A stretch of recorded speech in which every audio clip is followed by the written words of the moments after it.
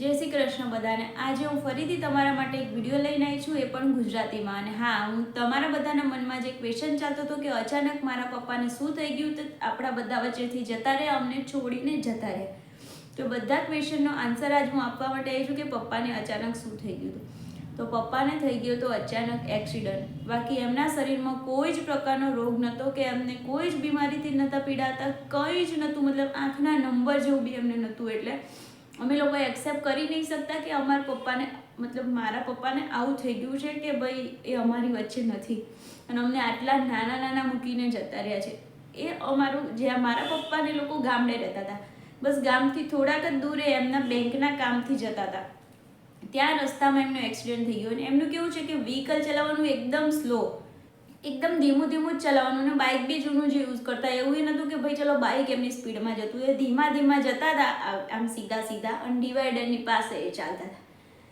બાઇકમાં અત્યારે કેવું છે કે બહુ જ બધા એવા છે, બહુ જ સ્પીડમાં બાઇક ચલાવતા હોય। હું બધાને એક રિક્વેસ્ટ કરું છું કે તમારા ઘરમાં બી તમારા પેરેન્ટ્સ હોય છે, તમારા ફેમિલીવાળા હોય છે, તો પ્લીઝ ધીમે વ્હીકલ ચલાવો। કેમ કે જેના ઘરમાંથી વ્યક્તિ જાય છે ને એને ખબર હોય છે કે એના દિલમાં કેવી રીતે પથ્થર મૂકીને જીવતા હોય છે અને રહેતા હોય છે। તો ખરેખર જેને એક્સિડન્ટ કર્યો છે બહુ જ નાનો છોકરો છે, 22-24 વર્ષનો છોકરો છે જેનાથી એક્સિડન્ટ થઈ ગયો છે।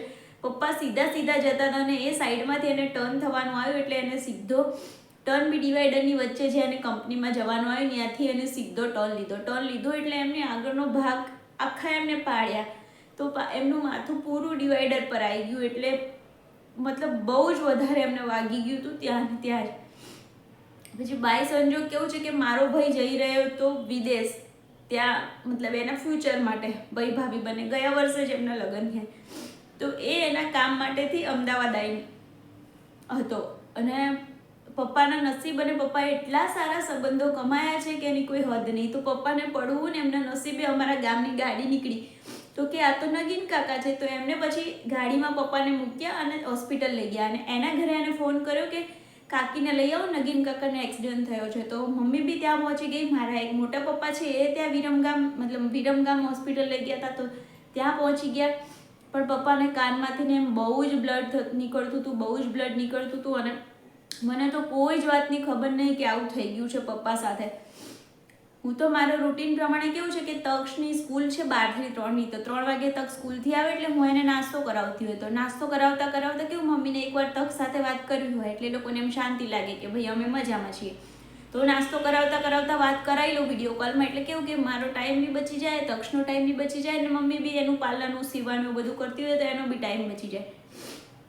તો મેં વિડીયો કોલ કર્યો તો કોઈ રિસીવ ના કર્યો, ફરી કોલ કર્યો કોઈ રિસીવ ના કર્યો, સાદો કોલ કર્યો રિસીવ ના કર્યો, ને મારા માઇન્ડમાં તો તરત ગભરાટ ચાલુ થઈ ગઈ કે આ શું થઈ ગયું, આમ અંદરથી કેવું ડર લાગી જાય એવું થઈ ગયું મને। તો પછી મેં છે ને મારા ભાભીને ફોન કર્યો, તો એને મારો ફોન જ કટ કરી નાખ્યો, મને થયું ખબર નહીં ઓફિસમાં બેઠા હશે કે, પછી ભાઈને ફોન કર્યો, એને મને રિસીવ તો કર્યો, પણ એને તરત મને શું કીધું કે ટ્રાફિકમાં છું, હમણાં કરું છું। મેં કીધું સારું।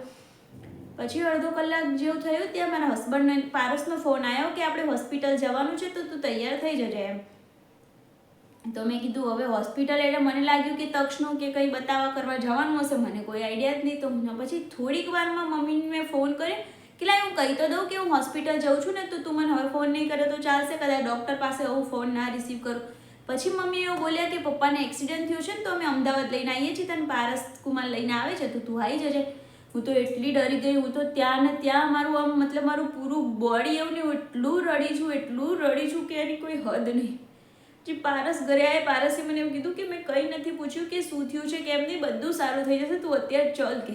જો હું ત્યાં પહોંચી, અને ત્યાં પહોંચીને બી બધા કુટુંબવાળા અમારા આવી ગયા હતા, અને હું ત્યાં બી એટલું રડી છું કે એની કોઈ હદ નહીં। અત્યારે બી હું એટલી બધી હિંમત લઈને બેઠી છું ગાઈસ કે મેં પૂરા 20 દિવસ, મેં ગયો વિડીયો મૂક્યો એને 30 તારીખ હતી ને, આજે બીજી 21 તારીખ થઈ ગઈ છે, 20 તારીખ સમથિંગ, તો હું 20 દિવસ મેં હિંમત ભેગી કરી છે, ત્યારે હું આ વિડીયો બનાવી શકું છું, તમારી સામે મૂકી શકું છું। તો ગાઈઝ, તો પછી ત્યાં પહોંચ્યા ને, ત્યારે હું પહોંચી ત્યારે તો પપ્પાને પહોંચી ગયા હતા, એ એમ્બ્યુલન્સમાં લઈ આવ્યા હતા, વિરમગામથી અમદાવાદ લઈ આવ્યા એમને, કેમ કે ત્યાં ડૉક્ટર હજુ એવું કહેતા હતા કે 24 કલાક 48 કલાક પછી ઓપરેશન માટે જવાબ આપીએ। તો મમ્મીને અને ભાઈ બી પહોંચી ગયો, એટલે મમ્મીને અને ભાઈને એવું થઈ ગયું કે ભાઈ અહીંયા 48 કલાક વેઇટ કરીએ ને કંઈ થઈ જાય એના કરતાં અમદાવાદ જ લઈ જઈએ. તો અમદાવાદ અમે કેડી હોસ્પિટલમાં લઈ આવ્યા પપ્પાને એમ્બ્યુલન્સ કરીને. પણ હોસ્પિટલની એટલી બેદરકારી કે ત્યાંથી વિરમગામથી એવું કીધું કે એમ્બ્યુલન્સમાં મોકલ્યા હતા, એવું કીધું કે સાથે ડૉક્ટર આપો, અમે એનો ચાર્જ જે હોય એ પે કરશું. પણ ડૉક્ટર કોઈ અમને ના આપ્યા. વિરમગામથી અમદાવાદનો 2 થી 2.5 કલાકનો રસ્તો છે. 2 થી 2.5 કલાક પપ્પા વિધાઉટ ડૉક્ટર ખાલી બાટલો ચડાવીને, મારો ભાઈ અને એક બીજા મોટા પપ્પાનો છોકરો છે ભાઈ, બંને જણા પપ્પા સાથે એમ્બ્યુલન્સમાં આવ્યા. એમને પૂરી બોડી મોમેન્ટ બી કરતા હતા ત્યારે, કે હાથ ઉપર બી કરી, કેમ કે આખું બોડીમાં એટલું બધું પેન થઈ ગયું હોય, માથામાં વાગ્યું એટલે બોડી પેન થતું હોય તો એ બોડી મુવમેન્ટ તો કરે. તો એ હાથ બી ઊંચો કરતા હતા, પગ બી હલાવતા હતા. પણ કોઈ ડૉક્ટર એ લોકોએ આપ્યા નહીં. 2-2.5 કલાક સુધી એમને અહીંયા આવ્યા. પછી ડૉક્ટરે ચૂંટલો ભર્યો તો એમને ઊંઘ બી કર્યું છે. બધું સરસ હતું. તો તરત તાત્કાલિક અમે નિર્ણય લઈ લીધો કે ભાઈ ચલો ઓપરેશનની જરૂર છે તો ઓપરેશન કરી લઈએ. ઓપરેશન બી કરી લીધું. રાત્રે અમે લોકો 12-1 વાગ્યા સુધી ત્યાં બહાર બેસી રહ્યા કે ઓપરેશનનો જવાબ આવે પછી બધા ઘરે જઈએ. અંદર તો કોઈને જવા જ નહોતા દેતા કે ભાઈ તમે અંદર જઈ શકો ને જોઈ શકો. બસ ભાઈને 1-2 જણા હતા જેને જવા દેતા હતા. રાત્રે અમને કીધું ઓપરેશન સક્સેસફુલ થઈ ગયું છે, પણ ખબર નહીં થયું હતું કે નહોતું થયું એનો કોઈ જ આઈડિયા નથી. અને પપ્પાને આજે થઈ ગયું છે ને એમાંય ડૉક્ટરની ભૂલ છે કે અમારી ભૂલ છે કે ભાઈ એક્સિડન્ટ જેટલો બધો થઈ ગયો છે, કંઈ જ નથી ખબર પડતી ગાઈ. અત્યારે તો અમે એક જ વસ્તુ કહીએ છીએ કે અમારી સાથે આટલું જ રહેવા માટે આવ્યા હતા એટલે એમને જતા રહ્યા છે. અને બહુ જ એવું થાય છે કે અમને આટલી નાની ઉંમરમાં મૂકી પપ્પા જતા રહ્યા. અમે ક્યારેય સપનામાં નહોતું વિચાર્યું કે અમને આટલા જલ્દી અમારા પપ્પા મૂકીને જતા રહેશે. ગાઈ બહુ રડવાનું, બહુ સ્ટ્રોંગ બનીને બેસી છું. ચલો બધું છોડીએ, બીજી વાત કરીએ આપણે.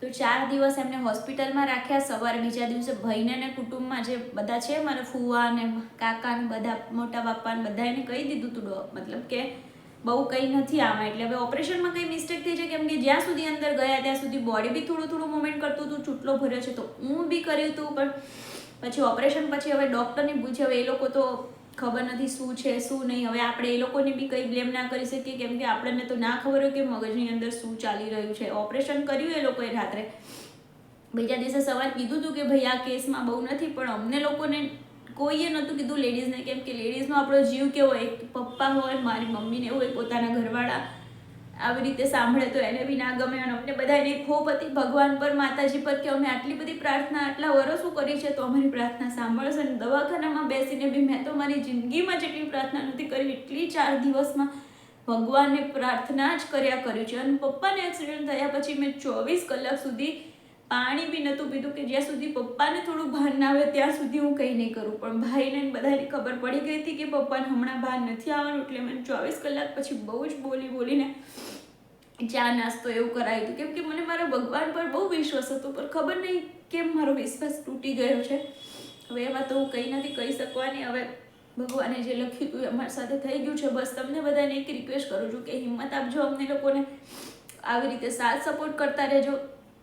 અને પછી 4થા દિવસે પપ્પા એક્સપાયર થઈ ગયા. એટલે સૌથી મેઇન વસ્તુ કે પપ્પાને એક્સિડન્ટમાં આવું થઈ ગયું છે કે એક્સિડન્ટના લીધે અચાનકથી પપ્પા અમને છોડીને જતા રહ્યા. અને જે આવું બન્યું એના પછી બી અમને લોકોને બિલકુલ નથી ખબર કે પપ્પાને આવું થઈ ગયું છે.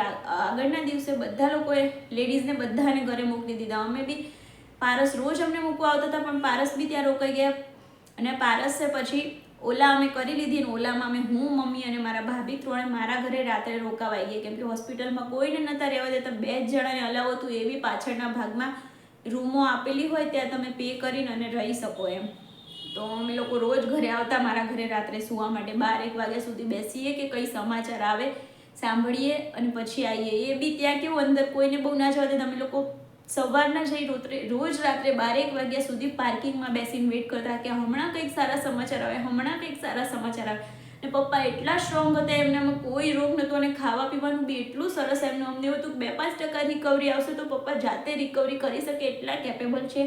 એમનું બોડી એટલું સ્ટ્રોંગ છે, પણ બિલકુલ રિકવરી ના આવી. હું 2 વાર એમને અંદર જોવા ગઈ હતી, દિવસમાં 2 વાર જવા દેતા હતા. 4 દિવસમાં હું 2 વાર જોવા ગઈ હતી, પણ સેમ જ કન્ડિશન હતી એમની, સેમ જ, મતલબ બિલકુલ મૂવમેન્ટ કે કંઈ જ નહોતું આવી રહ્યું એમનું. અને જેવા એક્સપાયર થઈ ગયા પછી મેં તમને કીધું એમ કે રાત્રે અમે ઘરે આવી ગયા. પછી સવારે અમને એવું કીધું હતું કે મમ્મીને પપ્પાના બેંકમાં પૈસા છે ને એટલે પપ્પા સાઇન કરી શકે એમ નથી, એટલે મમ્મીની સાઇન ચાલશે. એટલે આપણે પૈસા ઉપાડવા જવાનું છે, એટલે આપણે દસલાણા મતલબ મારા ગામડે જવાનું છે.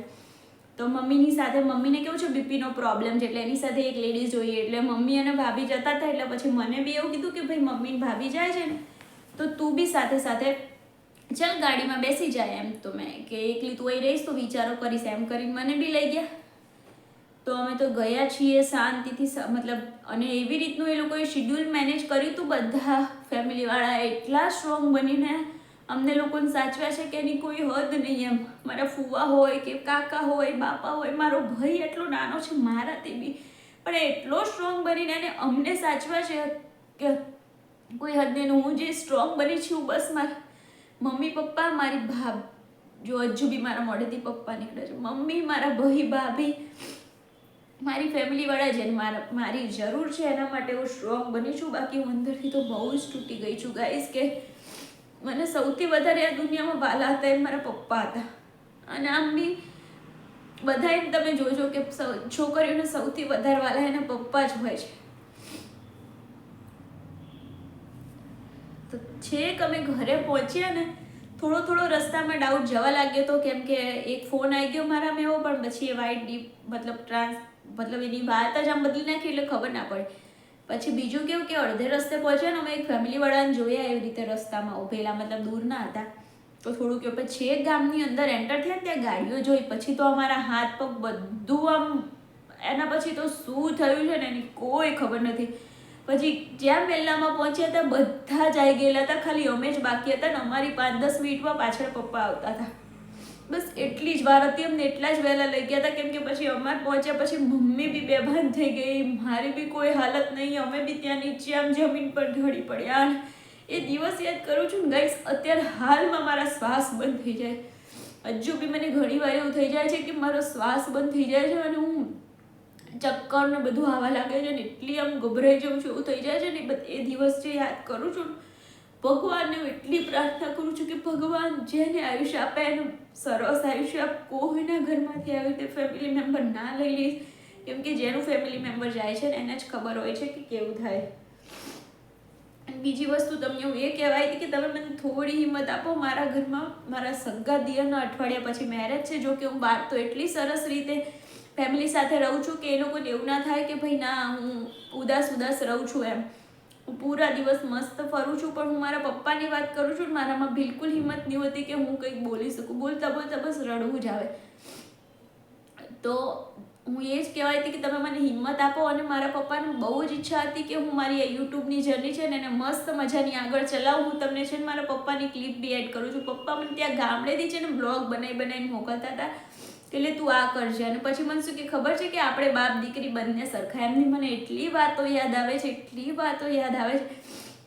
ક્લિપ બનાવીને મોકલાવે કે આ નગીનભાઈ પંડ્યા છે, આ નગીનભાઈ પંડ્યાનું ઘર છે, એવો બ્લોગ બનાવીને મને મોકલાવે.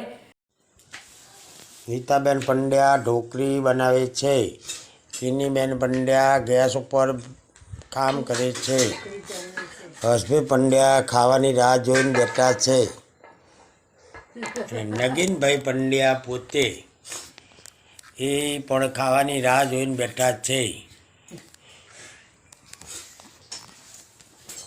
જો નગીનભાઈ પંડ્યાના ઘરનું રસોડું અને કિનીબેન પંડ્યા એ ઢોકળી ઉઠાવી જુઓ, જો એ નાખે અંદર કકડા કરીને, જુઓ એ તાવી નાખી. હવે ઢોકળીની ભાખરી ચડવે છે, જોડે કુકર પડ્યું છે ઢોકળીનું. અને આ નીતાબેન પંડ્યા પોતે જો ઢોકળીની દાળ હલાવવા માંડ્યા. જોઈ લો ભાઈ, જોઈ લો. હાય હસ્યા. હેલો, હસવાનો ટાઈમ છે, હસી લેવું જો એ. અને એમને એવું કે ચલો એમાંથી પાછા મને એવું કે મેં કીધું કે તમે પપ્પાને આવું થયું ને થોડાક જ દિવસ પહેલા ગાઈઝ મેં પપ્પાની ચેનલ બંધ, કે મને રોજ ક્લિપ મોકલાવે રોજ. તો મને થાય ચલો તમે, અને એમનું બોલવાનું કેવું કોમેડી ટાઈપ, આપણને હસવું આવે બ્લોગ બનાવ્યો હોય તો મેં કીધું બધાને જોવાની મજા આવશે, તમારી ચેનલ બનાવી દઉં. ત્યાં કે હા બનાવી દે ચેનલ. પછી પાછા મને એવું કેવું કે પૈસા આવે ને તું લઈ લેજે. કે હવે એમને એવી ના ખબર હોય કે યુટ્યુબમાં એ બધી પોલિસી હોય, તરત પૈસા ના મળે. મેં તો પપ્પા એમ તરત કે જ્યારે આવે ત્યાં લઈ લેજે ને તમ તાર ક્યાં ને. મેં કીધું તમે રોજ મોકલાવી પડશે ચેનલ બનાવું ને એટલે પછી પાછું કેવું કે રોજ મૂકવા પડે વિડીયોની તો વ્યૂઝ ના આવે. મને કે હું તારા માટે રોજ નવરો જ છું કે સવાર ખેતર જઈશ ને ખેતરમાંય થોડું ઉતાર લઈશ ને ઘરમાંય થોડું ઉતાર લઈશ ને મને એક દિવસ તો ખેતરનો વિડીયો, ડ્રાઈવરનો વિડીયો, ટ્રેક્ટરનો વિડીયો એવું બધું બી ઉતારીને મોકલાય. ઘઉંનું પીસ બંધાઈ રહ્યું છે. તકાભાઈ ડ્રાઈવર પીસ બાંધે છે. જુઓ, તકાભાઈ સુસાજી ઠાકોર અમારા ઘઉંનું પીસ બાંધે છે. ડ્રાઈવર હોશિયાર છે હો ભાઈ. હા, જુઓ ઘઉંનું પીસ બંધાઈ રહ્યું છે. જુઓ જુઓ, આમાંથી ઘઉં ખાવાના છે. હા જુઓ,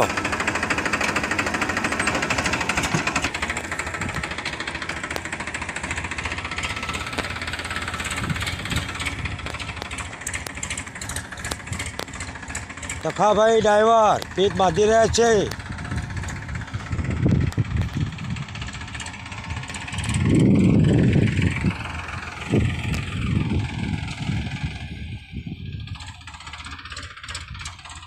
હું બધી થોડી ક્લિપ તમારા માટે મૂકીશ ને થોડો વિડીયો લાંબો છે કેમ કે મને એવું છે કે હું આજે બધું તમને કહી દઉં, ફરી આ ટોપિક ખોલી ના બેસું કેમ કે તમને એવી રીતે ઘડીએ ઉદાસ કરવાને હું બી બહુ જ હિંમત કરવી પડે છે. મારા પપ્પા મારી સાથે નથી અને મારે એમની વાતો કરવા બેસવા માટે હું બહુ જ હિંમત ભેગી કરીને બેઠી છું. અને આખો દિવસ હું એટલી ખુશ થઈને મતલબ એવી રીતે ફરું છું ને કે ભાઈ ના, મારી સાથે કંઈ નથી થયું કેમ કે એ ફંક્શન બી સાચવવું મારા માટે જરૂરી છે. એટલે હું પૂરા દિવસ પણ મારી એક રાત એવી નથી જતી કે મને મારા પપ્પાના યાદ આવે અને હું રડું નહીં. હું રાત્રે બહુ જ રડું છું ગાઈસ. આખી રાત હું નથી સૂઈ જતી. જો ઊંઘ આવી ગઈ કોઈ દિવસ તો આવી ગઈ, અદરવાઇઝ હું આખી રાત જાગું છું. પણ હું બહાર હસતા મોઢે ફરું છું. મારે એ ફંક્શન શાંતિથી સરસ રીતે પૂરું કરવાનું છે. હું તમને બધાને કહું છું કે ભગવાનને મને એવા આશીર્વાદ આપજો કે હું મારા ઘરમાં ફંક્શન આવ્યું છે એને સરસ શાંતિથી પૂરું કરી શકું અને બિલકુલ આમ આંસુ પાડ્યા વગર. મને મેરેજ છે, હવે આમાં રડતા કોઈ પ્રસંગ કરીએ એવું સારું બી નહીં, સારું બી ના લાગે. એટલે હું ટ્રાય કરું છું કે હું મસ્ત મજા રીતે કરી શકું બધું. એ લોકોને બી હું શું બોલવું છે મને ખબર નથી. બસ તમે લોકો મને સપોર્ટ કરજો અને મારા માટે પ્રાર્થના કરજો. અને સૌથી મેઇન મારા પપ્પા માટે પ્રાર્થના કરજો કે મારા પપ્પા જ્યાં પણ હોય, મને સાચું કહું મને રોજ એવો વિચાર આવે છે કે મારા પપ્પા ક્યાં હશે, શું કરતા હશે, એમને કોઈ તકલીફ તો નહીં પડતી હોય, વ્યવસ્થિત જગ્યાએ સારી જગ્યાએ તો હશે ને. બસ મને એ વિચાર હશે. મને એમ થાય છે કે એકવાર એટલી બી ખબર પડી જાય મને કે ના, મારા પપ્પા સરસ જગ્યાએ શાંતિથી છે, એમને કોઈ તકલીફ નથી, તો એ શાંતિ મળે થોડી. પણ હવે એ તો આપણા હાથમાં છે નહીં, એટલે એમાં તો આપણે કંઈ નહીં કરી શકીએ.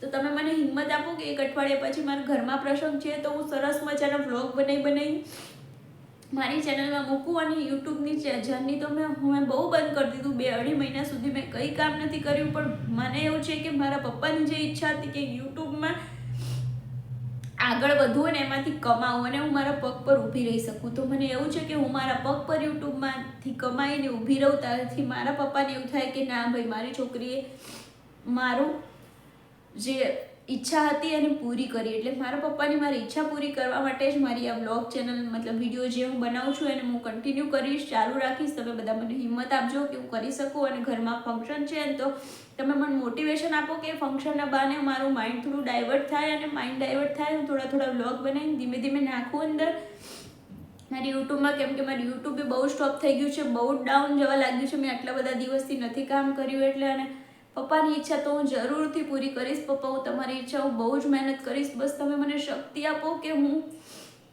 કામ કરી શકું. નથી કામ કરી શકતી, નથી બોલી શકતી. મારે કેવું છે કે ભાઈ વિડીયોની લાઈફ છે ને મારે પછી બ્રાન્ડ પ્રમોશન બી હોય અને વિડીયો બનાવવાના હું કેવું હેર કેર ને એવું બધું બી બનાવતી. હવે એમાં કેવું થોડું વ્યવસ્થિત કપડાં પહેરવા પડે, વ્યવસ્થિત તૈયાર થવું પડે. અને તૈયાર થવાનું ગાઈઝ આટલા બધા દિવસ થઈ ગયા, મારું બિલકુલ મન નથી લાગતું કે હું કંઈક તૈયાર થઉં.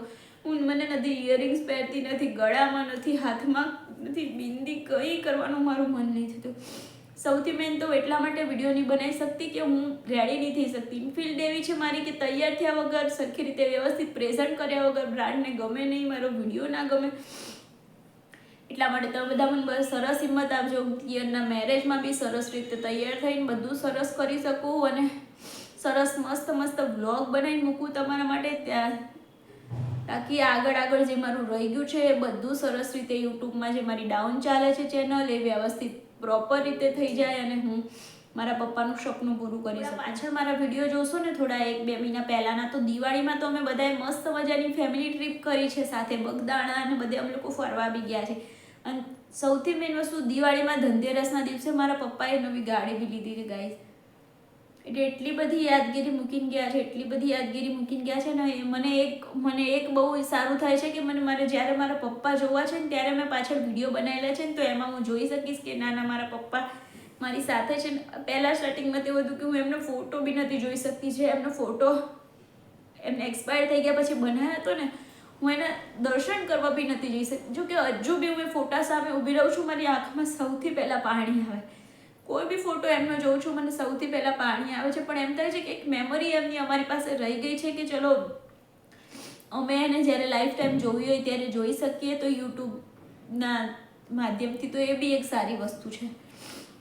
વિડીયો થોડો લાંબો થઈ ગયો છે, પણ આ વિડીયોમાં તમારા જેટલા ક્વેશ્ચન હતા એ બધાને મેં આન્સર કરી દીધા છે. હજુ બી કોઈ ક્વેશ્ચન હોય તો તમે મને કહેજો. જો મેઇન કે પપ્પાનો એક્સિડન્ટ થઈ ગયો હતો અને નજીક જ ગામથી 5-6 કિલોમીટર દૂર જ થઈ ગયું છે. પપ્પા બાઇક પર જ હતા, સામેવાળો છોકરો છે નાનો એવો હતો, એ બી બાઇક પર જ હતો. એને અથડાઈ દીધું ને પપ્પા ત્યાં પડ્યા ડિવાઈડર પર. એમનું માથું અથડાઈ ગયું એટલે એમને ત્યાં માથામાં હેમરેજ થઈ ગયું હતું. પછી દવાખાને વિરમગામ લઈ ગયા, વિરમગામથી કેડીમાં અમદાવાદ લઈ આવ્યા. ત્યાં 4 દિવસ રાખ્યા અને 5મા દિવસે એક્સપાયર થઈ ગયા. અને પછી અમે ગામડે લઈ ગયા અને બહુ જ મહિનો સુધી તો હું ગામડે જ હતી. પછીથી કેવું કે અહીંયા મારા દિયરના મેરેજ હતા એટલે હું આવી, પછી પાછી ગઈ. હવે અત્યારે સાવ નજીક આવી ગયા છે. 4-5 દિવસ પછી ફંક્શન ચાલુ થાય છે અને ગ્લાસનને ગયો 26મી જાન્યુઆરીના તો મારા દિયરના મેરેજ છે, એટલે બહુ જ નજીક આવી ગયા છે મેરેજ. તો પ્લીઝ તમે બધા મને હિંમત આપજો, શક્તિ આપજો કે હું સરસ મજાના મેરેજના વ્લોગ બનાવી નાખું, ત્યાંથી મારું માઇન્ડ થોડું ડાયવર્ટ રહે, મેરેજમાં બી ડાયવર્ટ રહે. અને વિડીયો બનાવવામાં શું છે કે વિડીયો બનાવવામાં મારો ટાઈમ જાય, એડિટ કરવામાં મારો ટાઈમ જાય, અપલોડ કરવામાં ટાઈમ જાય. તો એ બધું કરતાં મારું માઇન્ડ થોડું ડાયવર્ટ. નહીં તો હું આખો દિવસ ઘરમાં એકલી હોઉં છું ને ગાઈઝ, એટલું વિચાર કરીને રડ કરું છું ને એની કંઈ હદ નહીં. એમ મારી આંખો તમે જોઈ શકો છો કે મારી આંખો જો પૂરી રાત હું નહીં સૂઈ જતી. પૂરું તમને દેખાતું હશે, કાળું કાળું થઈ ગયું આખી. અહીંયાથી તમને આખું અલગ જ પડે છે મારી આંખ, કેમ કે હું અને બહુ સ્ટ્રોંગ. આમ દિવસે તો તમને લાગશે નહીં, તમે મને મળશો તો કે ના મારી સાથે આવું કંઈક થયું છે, કેમ કે હું બહુ સ્ટ્રોંગ બનીને ફરું છું કે ચલો કોઈને એવું ના થવું જોઈએ કે હું આવી રીતે રહું છું, હું આમ કરું છું, તેમ કરું છું. તો બધાના માટે થઈને હું સરસ મજાની ફરું છું, પણ રાત મારી નથી જતી ગાઈઝ. કેમ કે હવે એવું કેવી રીતે આપણે સ્વીકારી લેવાનું કે આપણા પપ્પા, મતલબ મારા પપ્પા મારી વચ્ચે નથી. હું એમનો ફોટો જોઉં, એમનો વિડીયો જોઉં, મને એવું થાય કે હું મારા પપ્પાને ક્યારેય નહીં મળી શકું, મારા પપ્પાને ક્યારેય નહીં જોઈ શકું, મારા પપ્પાને હું ક્યારેય મતલબ કોઈ વાત નહીં કરી શકું. એવું બધું મને મનમાં વિચારો આવે છે કે ક્યાં હશે, શું કરતા હશે. એમને જ્યારે વાગ્યું હતું ત્યારે એમને એકદમ પડ્યા ત્યારે એમને કેવું થયું હશે, એમને પડ્યા પછી એ કેટલું પેન થયું છે. બહુ જ બધા વિચારો મારા મગજમાં આવે છે અને હું એ બધા એનો સામનો કરું છું અને ઘણી હિંમત મેં ભેગી કરી છે. હજુ તમે લોકોને હું બસ એક જ પ્રાર્થના કરું છું કે મને બહુ જ હિંમત આપજો, બહુ જ હિંમત આપજો કે હું સૌથી મેન તો મારા પપ્પાની જે ઈચ્છા છે યુટ્યુબ ચલાવવાની, હું યુટ્યુબ ચલાવી શકું અને સરસ રીતે બધું કામ કરી શકું. પપ્પાને બી પ્રાર્થના કરું છું, પપ્પા મને બી તમે શક્તિ આપજો કે હું મારું કામ કરી શકું, કેમ કે હું નથી કામ કરી શકતી અત્યારે. મેં 30 તારીખે વિડીયો મૂક્યો તો પપ્પાને મહિનો થયો ત્યારે, એના પછી આજે બીજી 20 કે 21 તારીખે 20-21 દિવસ થયા હું નથી બનાવી શકતી વિડીયો. અને જે શોર્ટ બી મૂકું છું ને મારા પહેલાંના બનાવેલા છે એ જ મૂકું છું.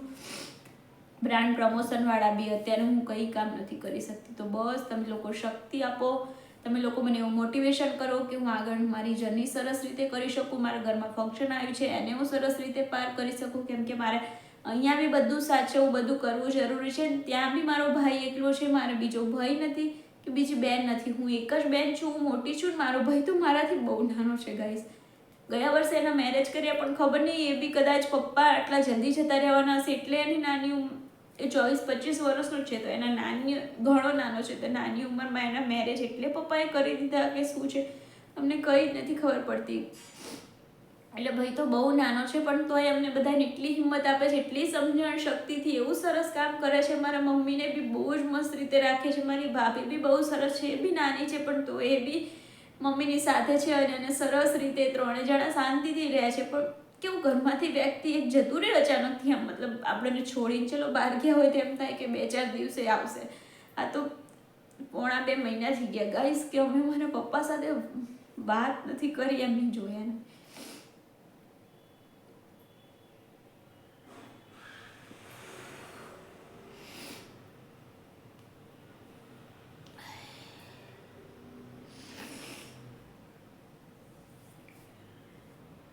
બસ આજના માટે આટલું જ છે અને હું આજ તમને કહેવા આવી હતી. હવે તમારા મગજમાં કોઈ બી ક્વેશ્ચન હોય તો તમે મને કોમેન્ટ કરી દેજો, હું તમને બધાનો આન્સર આપીશ કે શું થયું અચાનક. આમ તો ઓલમોસ્ટ આન્સર મેં આપી દીધા છે બધામાં, જે વોટ્સઅપ ને ઇન્સ્ટાગ્રામ ને ફેસબુક ને બધામાં જે પૂછતા હતા એના બધાના આન્સર મળી ગયા છે. હું વિડીયો એટલા જ માટે બનાવું છું કે તમારા બધાના આન્સર સરસ મળી જાય, તમારા મગજમાં કોઈ ક્વેશ્ચન ના રહી જાય. કોઈ ક્વેશ્ચન હોય તો હજુ ફરીથી મને પૂછી લેજો, હું ફરી વિડીયો બનાવીશ. પણ હવે હમણાં ફંક્શન આવે છે એટલે હું હવે આવા વિડીયો નહીં બનાવું. હું ટ્રાય કરું છું કે ધીમે ધીમે ફંક્શન રિલેટેડ, કંઈક કપડાના રિલેટેડ કે કંઈક શોપિંગના રિલેટેડ વિડીયો બનાવું, ત્યાંથી મારું માઇન્ડ ડાયવર્ટ થાય ને હું થોડીક આગળ વધી શકું આમાં. ધીમે કરી મને એમ થાય છે કે હું આવું કરું નથી કરી શકતી. તો પ્લીઝ તમે બધા મને સપોર્ટ કરજો અને મારે બહુ જ સપોર્ટની જરૂર છે. હું વચ્ચે મારા પપ્પાની ક્લિપ બી એડ કરીશ કે મને એટલી મસ્ત ક્લિપ બનાવીને મોકલાવતા હતા ને ગાઈઝ. એ ક્લિપ એક બાજુ મને ખુશી થાય છે એ ક્લિપ જોઈને, કેટલી સરસ. હું આટલા વર્ષથી મહેનત કરું છું યુટ્યુબમાં, પણ હું એટલી ક્લિપ એવી નથી બનાવી શકતી. એવી મસ્ત ક્લિપ બનાવીને મોકલાવતા એ મને નાની કે લે મૂકજે તારા વિડીયોમાં, કે પાછા કે હું કેવી પાછા મને વિડીયો મોકલાવશે, પાછો ફોન બી કરે કેવી બનાવી છે, મસ્ત બની છે ને. કે આપણે તો મસ્ત જ બને કે આપણાથી તો એવું કે પાછા.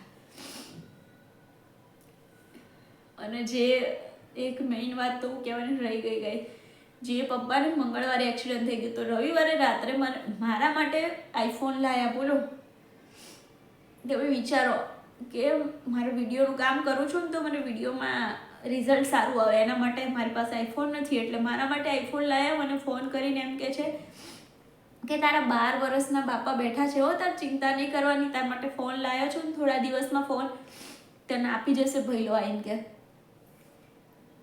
એ ભગવાન, મને એવી બધી એમની વાતો યાદ આવે છે. ગાઈઝ આટલું જ રાખું છું આજના માટે. મેં વિડીયો બહુ લાંબો થઈ ગયો છે, પણ તમે પૂરો વિડીયો જોજો અને પ્લીઝ ચેનલને સબસ્ક્રાઈબ કરજો, વિડીયોને લાઇક કરજો અને મને મોટિવેશન આપજો કોમેન્ટ કરીને કે હું સરસ વિડીયો બનાવી શકું અને મારી યુટ્યુબની જર્ની આગળ લઈ જઈ શકું. જય શ્રી કૃષ્ણ બધાને. હવેથી વિડીયો કદાચ હિન્દીમાં જ આવશે, કેમ કે ગુજરાતી તો આ તો કેવું હતું કે આ બધી વાતો હિન્દીમાં રેગ્યુલરમાં નહીં બોલવાનું, એટલે હું નથી બોલી શકે એમ. મારી કન્ડિશન નથી કે હું હિન્દીમાં બોલી શકું અને તમારી સાથે, કેમ કે પછી બહુ મને રડવું જાય છે. આજ મેં નક્કી કર્યું હતું કે હું બહુ નહીં રડું ને તમારી સાથે વાત કરીશ. તો પ્લીઝ ગાઈઝ સપોર્ટ કરજો. બસ આજના માટે આટલું જ છે. તમે બધા પ્રાર્થના કરજો મારા પપ્પા જ્યાં હોય ત્યાં મસ્ત રીતે શાંતિથી રહેતા હોય ને અમારા પર આશીર્વાદ બનાવી રાખે ને એમને ક્યાંય જ કંઈ જ તકલીફ ના પડે. બસ જય શ્રી કૃષ્ણ બધાને.